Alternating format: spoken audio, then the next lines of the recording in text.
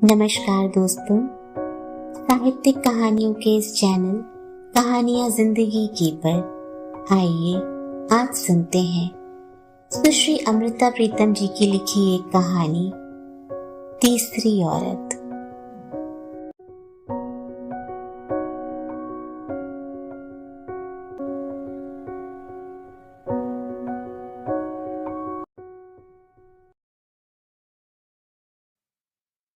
अर्थियां घरों से बाहर जाती हैं, पर जब मीना अपने पीहर आई, सबको लगा जैसे एक अर्थी घर में आ गई हो। सरकारी मोहरे लगा हुआ एक खत मीना के कफन की तरह था। यद्यपि उसमें मीना के मरने की खबर नहीं थी, देश की सीमा पर उसके बाके सिपहिया के मरने की खबर थी। फिर भी यह खत मीना के कफन के समान था। कई बातें औरत सहज ही जानती है। यह भी उन्हीं में से एक सच बात थी कि इस देश में मर्द एक बार मरता है, पर उसकी मृत्यु के बाद उसकी औरत जितने समय जीवित रहती है, ना जाने कितनी बार मरती है। सो जब मीना अर्थी की भांति पीहर आई, घर की गूंगी दीवारें भी त्राही त्राही करने लगी। जब ईश्वर मनुष्य की जीभ काट देता है, वह कुछ बोल नहीं सकता। मीना के माता पिता जैसे गूंगे होकर रह गए। घर खुला था। घर के जीवों के पास शुरू से ही अपनी अपनी छत थी और अपनी अपनी दीवारें। छोटे से छोटे बच्चे का भी घर में उसके नाम का हिस्सा था। सो मीना जिस समय आई, सीधी अपने कमरे में इस तरह चली गई जैसे कभी स्कूल या कॉलेज से आकर जाया करती थी। पर घर के कमरों के दरवाजे, जो शुरू में साधारण तौर पर खुलते और साधारण तौर पर बंद होते थे, पिछले 20 बरस से शापित थे। अब वे विवाह या तलाक, जन्म या मृत्यु जैसी घटनाओं के हाथों से खुलते और बंद होते थे। बूढ़े माता पिता कभी खुश्क आंखों से होनी को देखते थे, कभी गीली आंखों से। आज से 20 बरस पहले जब मीना की बड़ी बहन का विवाह हुआ था, उसका कमरा विवाह की घटना ने अपने हाथों से बंद किया था। पर 2 बरस बाद जब वह अपने पीहर बच्चे के जन्म के अवसर पर आई थी, बच्चे के जन्म ने अपने हाथ से उस कमरे का दरवाजा खोला था। और फिर जब वह 40 के अंदर दुधमुहे बच्चे को बिलखता छोड़कर मर गई, तो मृत्यु ने अपने हाथ से कमरे का दरवाजा बंद कर लिया। नवजात बालक को पहले उसके 10 साल वाले ले गए थे, पर जब उस नन्हे बालक की संभाल कठिन हो गई, तो उन्होंने बालक को ननिहाल भेज दिया और होनी ने उस बालक के नन्हे नन्हे हाथों से वह कमरा फिर खुलवा दिया था। इसी तरह मीना का भाई आज से 12 बरस पहले जब यूनिवर्सिटी के हॉस्टल में रहने के लिए चला गया, तो उसका जो कमरा साधारण हाथों ने बंद किया था, वह 5 बरस बाद होनी ने अपने हाथों से खोला। वह यूनिवर्सिटी की एक दूसरे मजहब की लड़की को अपने माता पिता की चोरी से ब्याह कर ले आया था। कमरा खुल गया, रेशमी पर्दों में लपेटा गया और उसमें से चावलों की देग की भांति और मांस की पकती हुई हांडी की भांति जवानी की चूल्हों की खुशबू आने लगी। पर फिर मुश्किल से कोई 1 बरस बीता था कि अचानक हुए विवाह की भांति अचानक हुए तलाक ने उस कमरे का दरवाजा बंद कर दिया। और अब आज से 3 बरस पहले मीना के विवाह ने उसका जो कमरा बंद किया था, उसके रंडापे ने वह अपने हाथों से खोल दिया। इस कमरे से मीना डोली की तरह गई थी, अर्थी के समान आई। बूढ़े माता पिता उन दर्शकों के समान थे जिन्हें जिंदगी ने वह सब कुछ देखने के लिए बांध बूंद कर बिछा दिया हो। मीना का भाई अब मर्चेंट नेवी में था और 2 बरस से देश के बाहर था, और जो बहन मर गई थी उसका पुत्र, जो अब 18 बरस का था, पिछले 2 बरस से दूर शहर के कॉलेज में पढ़ रहा था और हॉस्टल में रहता था। और घर के कमरे क्या खुले हुए क्या बंद, मीना को देखकर त्राही त्राही करने लगे। और बूढ़े पिता की आंखों में न जाने कुछ और देखने की शक्ति कम हो गई थी, इसीलिए मोतियाबिंद उतर आया। सरकारी मोहरे लगा हुआ खत जो एक दिन मीना के कफन की तरह आया था, फिर भी आया और फिर भी, ऐसे जैसे मकान पर कुछ फूल आ जाते हों। लिखा हुआ था, सरकार जंगी विधवाओं को मदद देना चाहती है, इसलिए उन्हें घर बनाने के लिए जमीन देगी और साथ ही कार रोजगार के सिलसिले में सरकार ने उनकी मर्जी पूछी थी कि वह चाहे तो छोटे उद्योग के लिए रुपया ले सकती थी या फौजी स्कूलों में नौकरियां ले सकती थी। पर सरकारी मोहरे लगे ये खत जो अर्थी के फूलों के समान थे, मीना ने हाथों में लिए और मसल लिए। उसके धुर अंदर एक हिस्सा इस तरह मर गया था कि अब उसे किसी फूल की खुशबू नहीं आती थी। वह क्या दिन और क्या रात घाट पर एक लाश की तरह पड़ी रहती। मीना का भाई देश से दूर था, 4 दिन के लिए भी नहीं आ सकता था, पर बहन का पुत्र अविनाश शहर के हॉस्टल से घर आ गया। अविनाश ने जिंदगी में मां नहीं देखी थी और शुरू जन्म से लेकर अपने साथ कोई खेलने वाला नहीं देखा था, और उसने उन सब की जगह सिर्फ मीना को देखा था। वह जब दौड़कर मीना के पास आया, मीना उसे गले से लगाकर पहली बार रोका हुआ रोना रोई। शायद उसे गले से लगाकर नहीं, उसके गले से लगकर। आज से 3 बरस पहले अविनाश लड़का सा हुआ करता था, वह जिसे मीना ने गोदी में उठा उठाकर बड़ा किया था, और अब वह मीना से भी पूरे 1 चप्पा लंबा मर्द हो गया था।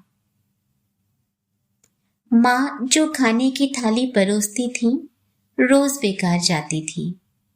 अब जब अविनाश हाथ में लेकर मीना के पास आया और बोला, उठ मीनू, खाना खाए, तो मीना की भूख पहली बार जागी और उसने अविनाश के साथ पहली बार जी भरकर खाना खाया। मीना की भूख से जगने वाली वह रोटी की गंध नहीं थी, वह अविनाश के मुंह से निकली मीनू शब्द की गंध थी। मीना जिंदगी में सबके लिए या मीना थी या मीना जी, पर अविनाश के लिए शुरू से ही मीनू थी, और या फिर अपने बाके सिपहिया के लिए जिंदगी में मीनू बनी थी। जो मीना को मीना कहकर पुकारते थे, वे सदा उसे उसकी आयु से छोटा रखते थे, और जो उसे मीना जी कहते थे, वे सदा उसे आयु से बड़ा कर देते थे। यह सिर्फ अविनाश ही था, चाहे वह उससे 10 बरस छोटा था, पर जब उसने उसे तोतली बोली में मीनू कहा था, तब भी उसे अपना आड़ी बना लिया था, और जब कुछ बड़ा हुआ तब उसने उसके स्कूल के सवाल समझते समय उसे मीनू कहा था, तब भी उसका आड़ी होकर खड़ा हो गया था। और फिर मीना का विवाह हुआ।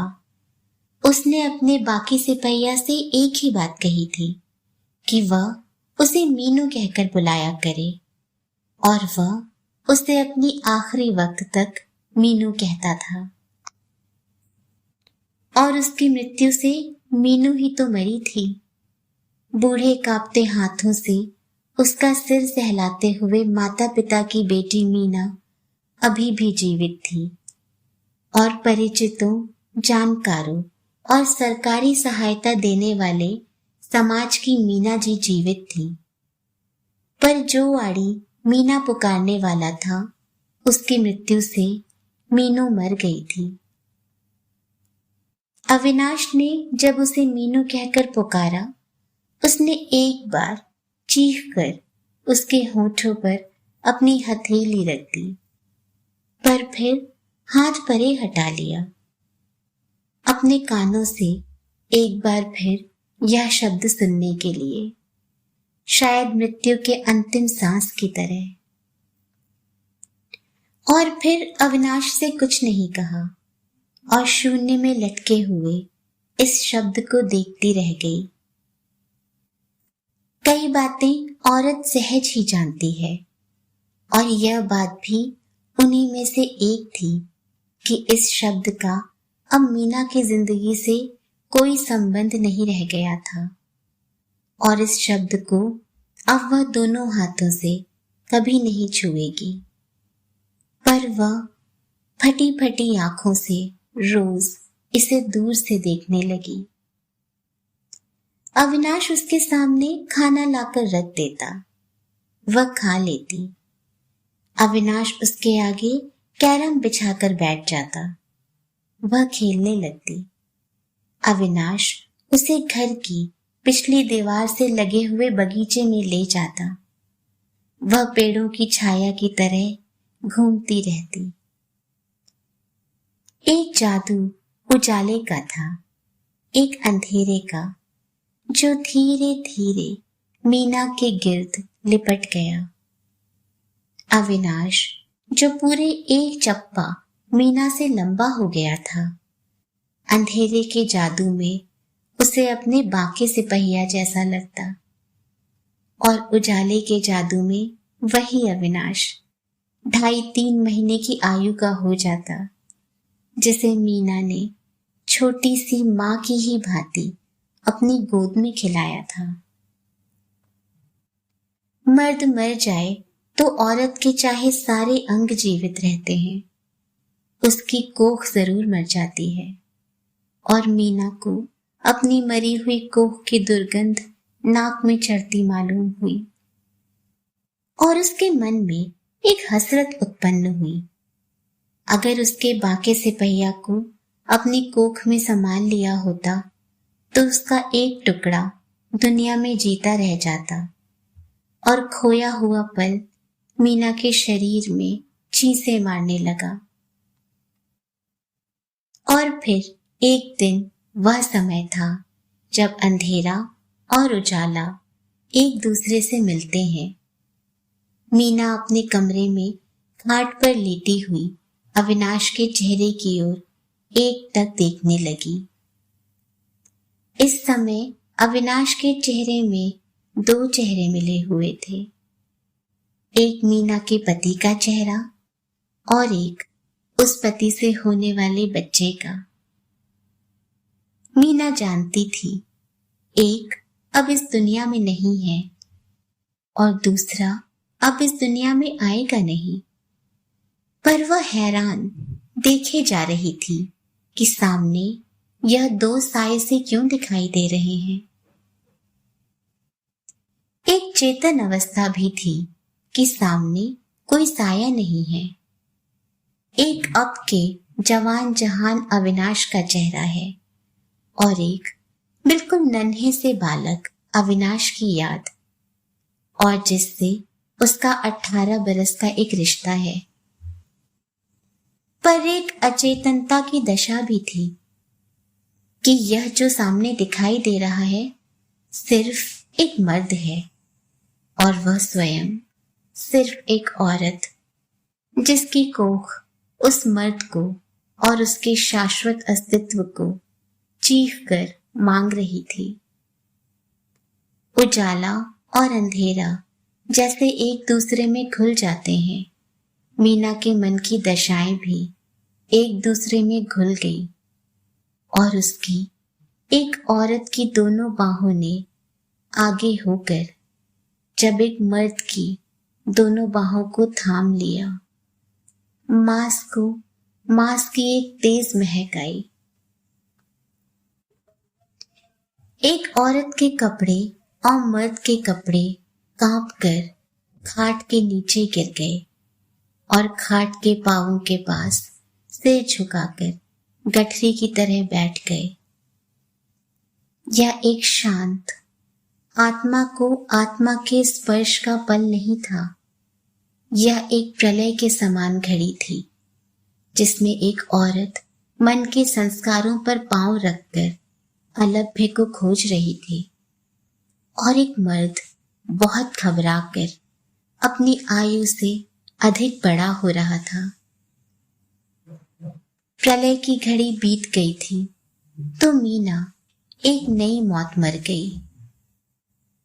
सिर्फ मीना नहीं, मीनू भी।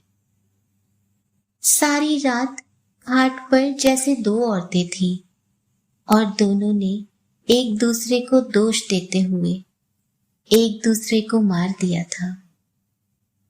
और सवेरे के समय जो औरत कमरे के बाहर निकली वह एक तीसरी औरत थी और उसने मसल कर फेंके हुए सरकारी कागजों पर जल्दी से दस्तखत किए और लिखा कि वह जल्दी से जल्दी किसी दूर के पहाड़ी इलाके के स्कूल में नौकरी करना चाहती है।